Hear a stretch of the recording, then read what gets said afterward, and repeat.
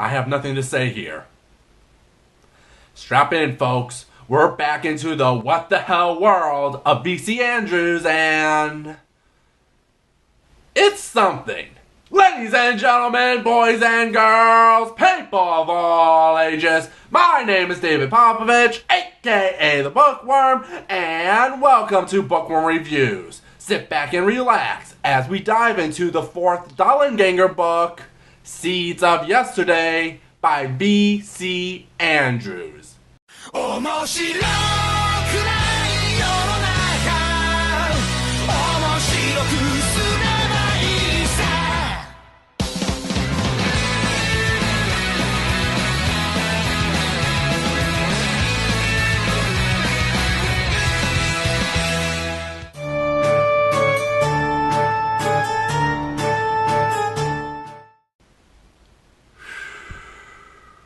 I knew this was going to be one of the weirdest series I would look into.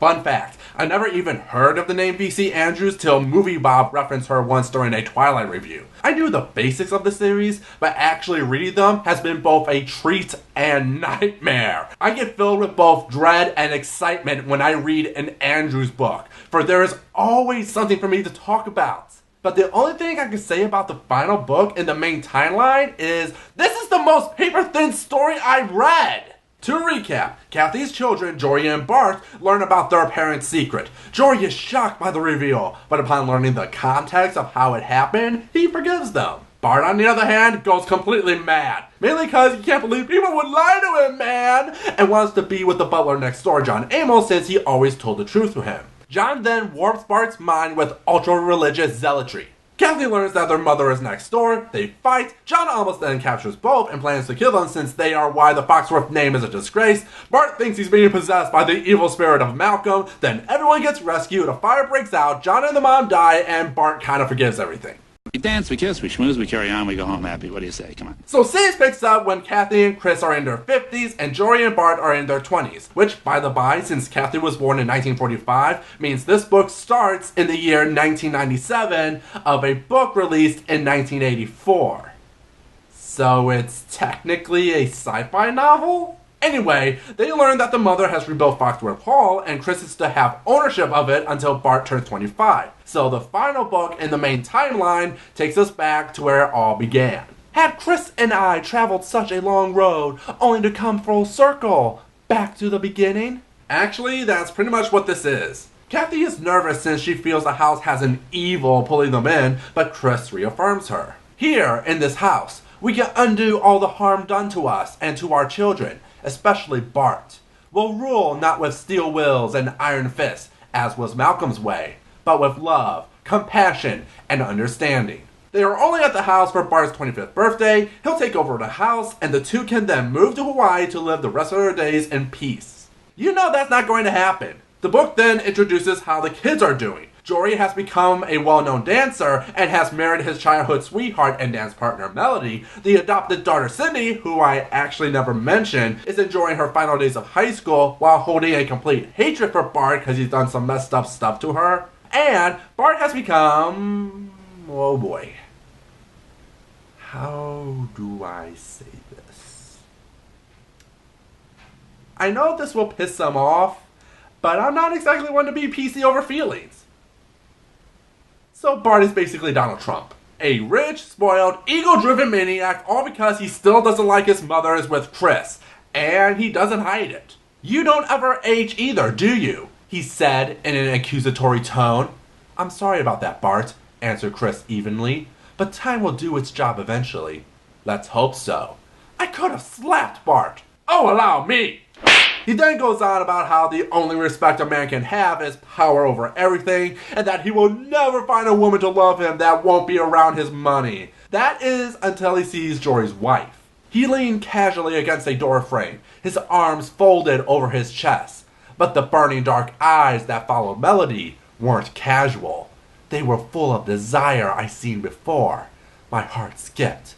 When had Bart ever not wanted what belonged to Jory? The book then wanders for a while as we see the standard family squabbles. That is, until we get to the day of the party and Bart has forced Jory to perform a ballet during it. It all goes well until the very end when an accident happens that damages his spinal cord. "You mean never dance? Never walk?" she whispered, as if her voice were failing her. Oh, by the way, did I mention Melody is pregnant? I should have mentioned that. Because of this, Kathy decides they won't go to Hawaii. How could we leave now that Jory was injured and Melody was in such distress? We couldn't leave. Foxworth Hall had trapped us again. So after 100 pages, we get our setup. Kathy and Chris are now trapped back in Foxworth Hall and over time, find out more dark, twisted family secrets. Like how Melody is actually a coward who can't stand Jory anymore since they can't be dancers together, and especially since he can't pleasure her like he used to. Which, guess what happens? Yeah, she starts to sleep with Bart. Did I mention that she is pregnant? Along with other standard Andrew stuff, from Cindy seeming to be the good girl but is actually a sexually active teen, to a Christmas party from hell, and a constant wonder if the horrible events happening to them are being manipulated by Bart or his mysterious Uncle Joel. Joel is actually a Foxworth who was once thought dead, but he has just been living as a monk this whole time. And here's where we get to the reason why this whole thing comes off as paper thin. The book seems to be building to a reveal that Joel is pulling Bart's strings as well as working behind his back. Many times it's brought up how Joel is always hiding in the shadows, whispering into Bart's ear, talking about the Bible and how Kathy and Chris are devil spawn. It's one of the few times the books can pull out dread since it still has the same problems I mentioned before. Over tedious writing that makes the plot move at a crawl. Characters constantly going back and forth over events and always finding ways to say the same thing over and over without adding anything. But what hurts the book the most is this build-up with Joel, as you feel there has to be something big going to happen. You get to the final chapters where you think all will be answered and nothing happens. What? Well, I shouldn't say nothing happens, it's just... Okay, I'm going to spoil the ending, but I don't think you'll care with these books. Basically, the characters are ready to leave the mansion and leave Bart to live with Joel alone, only to discover that Chris died in a car crash, which was not part of a plan or anything, it just happened. Then, everything gets better. Really? Bart realizes he's been wrong about Chris, forgives him, and turns a new leaf by becoming a televangelist. Really? He makes amends with Cindy, who is now an actress. Jory takes up painting and finds a new wife after Melody leaves after giving birth to twins. And Joel, the guy who seems to be behind a lot of the evils that happen, is never revealed and he just goes back to the monastery to die. Yeah, he never admits to anything like Jory's accident, or why no one showed up to Bart's Christmas party, or if he was doing this to kill or take control of the family fortune. It's a total cop-out, making the ending have about as much impact as the first book when they just walked out the door. Which makes it a bad book, but I'll admit there is a moment of almost heartbreak. The beginning of the book mentions how it looks like the ending will happen where it all began, and that's what happens. The whole story started because Kathy's father was in an accidental car crash, and it ends when Chris dies in a similar car crash, bringing the events to an end as the final Dollanganger sees her family in a good place, then walking back up to the attic to die to be with the family she lost. You know, there's this interesting article from BuzzFeed, yes, I know, listen, who did a profile of V.C. Andrews' career, and it features a quote that best sums up my feelings about the series. She had a peculiar style. You wouldn't call it a good style, but it was a style.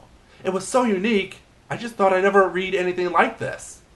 Never. I'll link to the full article, but I'll say this series is interesting. In the end, the last book is just bad for all the reasons I listed before, but that trashy 1980s primetime soap opera style can keep your attention if you put in the effort. Read if you want to take a look at them, but don't be surprised when they shock you. Yeah, I know, I'm surprised I'm not freaking out over this book either. After reading about incest, rape, and pedophilia and such, this book is tame by comparison. How's that for a what the hell? Then again, there is still one more book, so...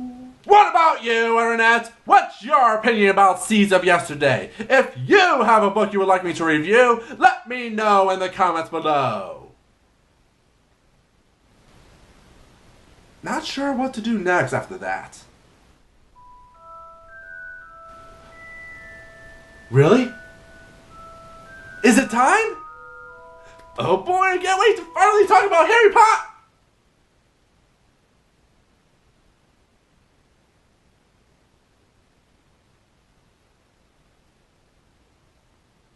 Why were you playing the music? Like, share, and discuss. Until next time, have a nice day.